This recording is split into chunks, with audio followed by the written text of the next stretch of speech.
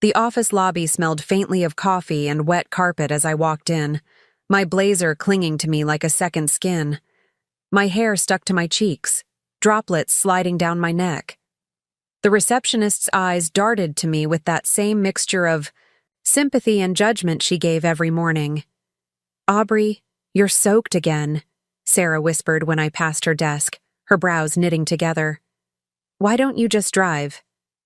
Before we begin, drop a comment and tell us where are you from and from which city you're watching our videos. And after watching the whole video, don't forget to tell us what would you do in this situation. Be honest? Tell me in the comments below. We read every comment. Let's begin. I forced a smile, though my teeth chattered. If I had a car, maybe, I would. By the time I made it to my cubicle, my hands were trembling. My sneakers squeaked against the tiles, and the sound grated on my nerves. Still, I pushed through, pretending nothing was wrong. That's what I always did, pretend. 3 days later, we were gathered at my grandfather Walter's house for one of his family dinners. The long oak table stretched out like a battlefield, and I already knew who would come out bruised. My parents sat straight-backed, polished smiles fixed, while Brooke, my younger sister, scrolled through her phone like she didn't have a care in the world. Walter's gaze lingered on me longer than usual as he set down his fork. "So, Aubrey," he said slowly, "how's the car running? Still treating you well?" My fork slipped from my hand, the clatter echoing like a gunshot. My stomach dropped. "What car?" The air froze. Brooke's fingers froze mid-scroll. Elaine's smile faltered. Gregory's jaw flexed, his throat bobbing as if swallowing back words. Walter leaned forward, his voice sharp. "The Toyota I bought you for graduation. Don't tell me it gave you trouble already." Heat rushed to my cheeks. My lips parted, but no sound came out. I looked at Brooke, then my parents, searching their faces for an answer. None came. Just silence thick enough to choke me. Finally, Gregory cleared his throat. "Aubrey, you don't really need a car. Brooke, she deserved it more. She's younger. She had places to go. You what?" Walter's voice boomed, cutting him off.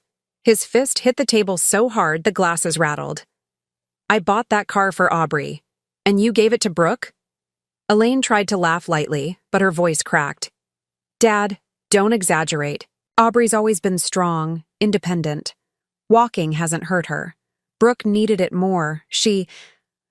I shot to my feet, my chair scraping back. My voice shook, but it carried. Walking in freezing rain every morning. Walking past cars splashing. Mud on me. Walking while Brooke... I turned to her, my heart pounding. "While you drove right by me, music blasting, not even slowing down. Do you know how many times I saw you? And you just looked away." Brooke's lips parted, but no words came. Her face drained of color.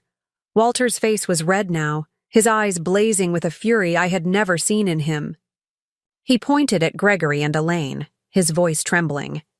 "You stole from my granddaughter, my gift, my trust. You thought I wouldn't find out?" The room sat in stunned silence, every tick of the grandfather clock pounding in my ears. For the first time in years, I saw fear flicker across my parents' carefully composed faces, and for the first time in my life, I knew everything was about to change. The silence in Walter's dining room was so sharp it could have cut glass. No one dared move. My chest heaved, my fists clenched by my sides, and I could feel every pair of eyes drilling into me. Gregory finally broke the silence, his tone defensive, almost panicked. "Dad, you don't understand. Aubrey doesn't need..." Walter slammed his fist down again, his voice thundering. "Don't you dare finish that sentence. I bought that car with my money for Aubrey. I put her name on the papers. And you thought you could just hand it off to Brooke like she's your spoiled princess." Elaine's lips twisted, her voice icy. "Dad, Brooke's the younger one. She's got college, events, things to do. Aubrey can walk, She's fine. I felt my throat tighten, tears stinging the corners of my eyes, but I didn't let them fall. Not now. Fine? You call trudging through storms fine? You call showing up to work soaked every single day fine? You call being treated like I'm invisible fine? My voice cracked, raw with fury. I've been suffering for years, while Brooke flaunted what was supposed to be mine. Brooke shifted in her seat, her voice weak. I didn't know— Yes. You did! My words shot across the table like arrows. You saw me every morning. You passed me on the sidewalk, laughing, blasting music with your friends. And you knew I didn't have a car. You knew. Her eyes darted to Elaine, then back to me, but she stayed silent. Walter's face hardened like stone. He turned to Gregory, his voice low but venomous. You've disappointed me before, son. But this is theft. From your own daughter. From me. Gregory's face reddened, his composure slipping. Dad, don't make this dramatic. Aubrey is strong. She's always been the one who could endure. Brooke. She needed more support. The words twisted like knives in my chest. Endure? That's what you think I'm here for? To endure while you hand everything to Brooke? My voice dropped, quieter, more dangerous. Do you have any idea what that's done to me? Walter's hand shook as he pushed back from the table. This family has rotted from favoritism. You've turned one daughter into a servant, and the other into a parasite. Elaine gasped. Don't you dare speak about Brooke like that. But Walter ignored her. His sharp eyes landed on me. Aubrey, listen to me carefully. I will fix this tonight. You won't walk to work another day. My heart thundered in my chest. For once, someone was on my side. For once, I wasn't invisible. But Gregory wasn't finished. He leaned forward, voice low, condescending. Aubrey, don't play the victim here. You've always had enough. You've always managed. That's who you are. Your sister needed more. She's the one with a future that matters. Those words, they snapped something inside me. I stared at him, my hands trembling. A future that matters? What about me, Dad? Am I nothing to you? Elaine scoffed, rolling her eyes. Don't be dramatic, you're fine. You always make things bigger than they are. Walter's chair screeched against the wood floor as he stood. That's enough. I won't listen to this disrespect another second. He stormed from the table and disappeared down the hallway. Tension was unbearable, pressing down on me like a weight. Gregory and Elaine avoided my gaze, whispering furiously to each other. Brooke sat frozen, her phone forgotten in her lap. Minutes later, Walter returned. In his hand was a thick envelope. He tossed it onto the table, right in front of Gregory. There's the title. And the proof. The car was purchased under Aubrey's name. I have every receipt. You forged her signature to give it away. Gregory's face drained of color. Elaine reached for the envelope, but Walter's glare froze her hand mid-air. You thought I wouldn't keep records? Walter's voice cracked with fury. You thought you could manipulate me, deceive me, and get away with it? No. This ends now. I reached for the envelope with trembling fingers. My name, my full name, was printed clearly across the documents. Tears blurred my vision, but they weren't from weakness. They were from a surge of vindication I'd been denied for years. Walter's eyes softened as he looked at me. Aubrey, tomorrow morning, you'll have the car. I'll personally make sure of it. Elaine's voice rose, sharp and desperate. Dad, you can't just take it from Brooke. She's used to it. It'll ruin her life. Walter's response was cold, cutting. And what about Aubrey's life? Did it not matter while she dragged herself through rain, cold, and humiliation? Did her suffering mean nothing to you? Gregory finally snapped, his voice raw. Dad, stop treating her like some saint. Aubrey's strong. She doesn't need coddling. Brooke, enough, Walter roared. I won't let you pit them against each other any longer. You've shown me exactly who you are. The room trembled with the weight of his words. My parents' faces paled, but I couldn't stop staring at that envelope. Proof. Vindication. After years of silence, I finally had it in my hands. And deep, down beneath the swirl of emotions, one thought began to take root. This wasn't just about a car anymore. This was about everything they'd stolen from me. Respect, trust, love. For the first time in my life, I realized I wasn't going to stay quiet anymore. I held the envelope tight, my knuckles white. My parents sat stiff, their faces masks of denial, while Brooke's eyes darted between us like she wanted to disappear. Walter's voice cut through the silence. Aubrey, you've been robbed of more than a car. You've been robbed of dignity. And I'm going to make this right. Elaine tried to soften her tone, her voice dripping with fake calm. Dad, you're overreacting. Aubrey's fine. She's independent. She's always managed.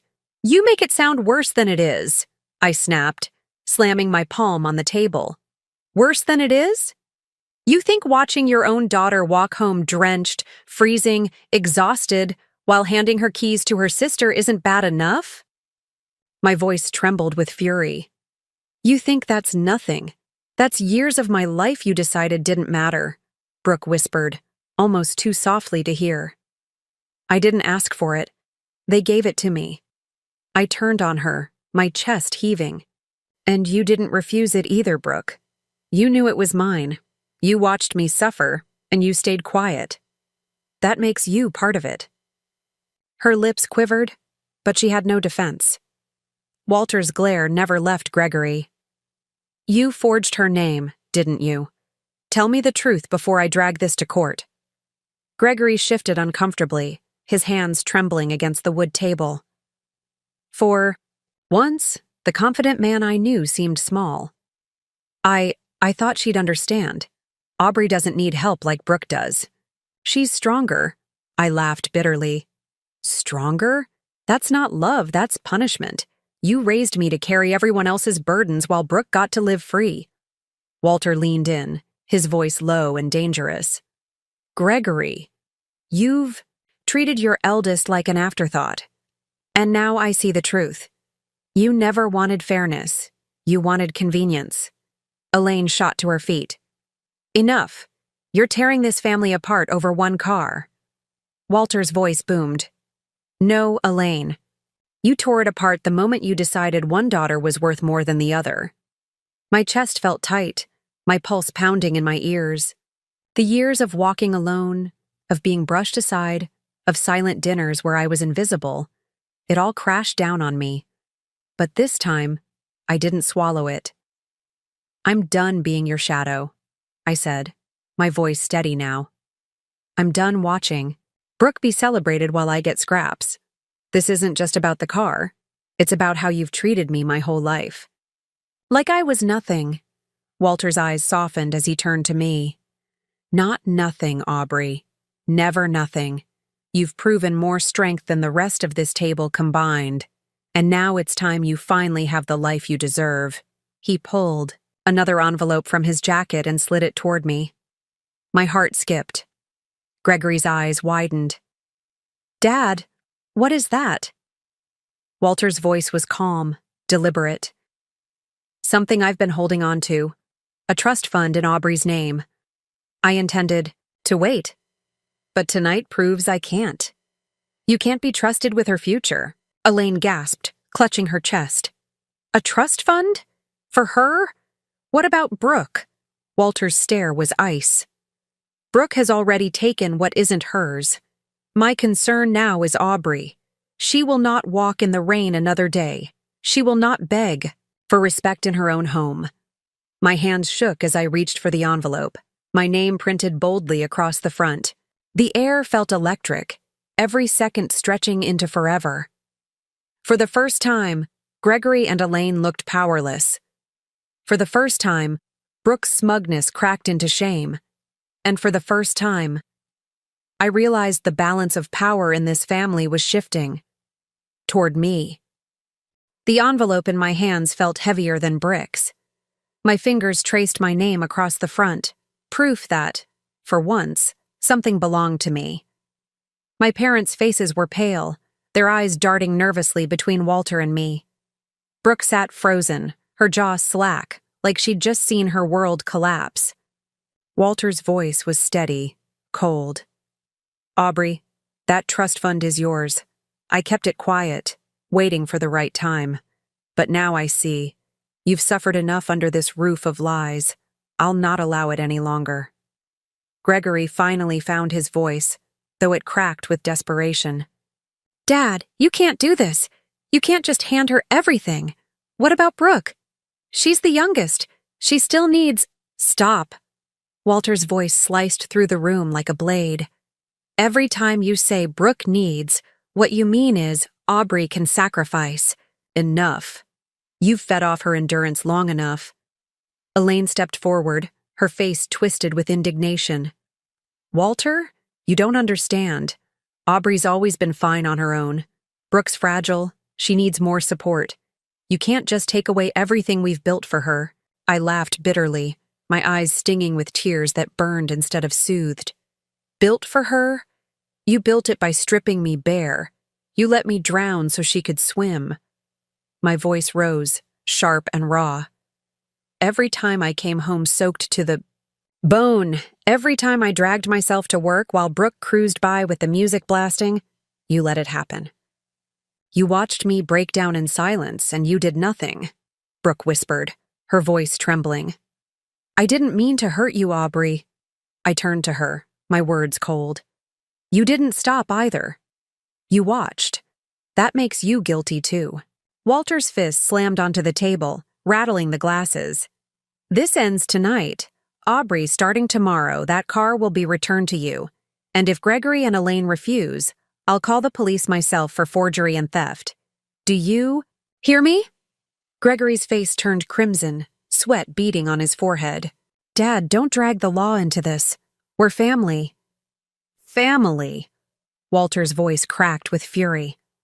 "Family doesn't rob their own blood. Family doesn't leave one daughter to rot while the other is coddled. You lost the right to call it family the day you chose favoritism over fairness." The words cut deep, and I saw my father flinch. For the first time, he looked small, like a man caught with no excuses left. I opened the envelope. Inside were bank statements, trust documents, everything spelled out clearly. My chest tightened. Numbers I'd never imagined stared back at me. Walter had saved every penny, every investment for me. Not Brooke, not them. Me. Elaine gasped when she saw the papers. "Walter, you can't. Brooke she deserves nothing she hasn't earned," Walter snapped. "And Aubrey has earned everything 10 times over." The room shook with silence. I lifted my head, my voice steady but trembling with power. "I'm done being silent. You've called me strong my whole life, but all that meant was you wanted me to suffer without complaint. That ends now. I'm not your scapegoat anymore. I'm not your shadow. From this moment forward, I'm standing on my own, and you can watch from the sidelines." Gregory tried again, his tone pleading now. "Aubrey, you can't just turn your back on us. We're your parents." I met his eyes, my jaw set.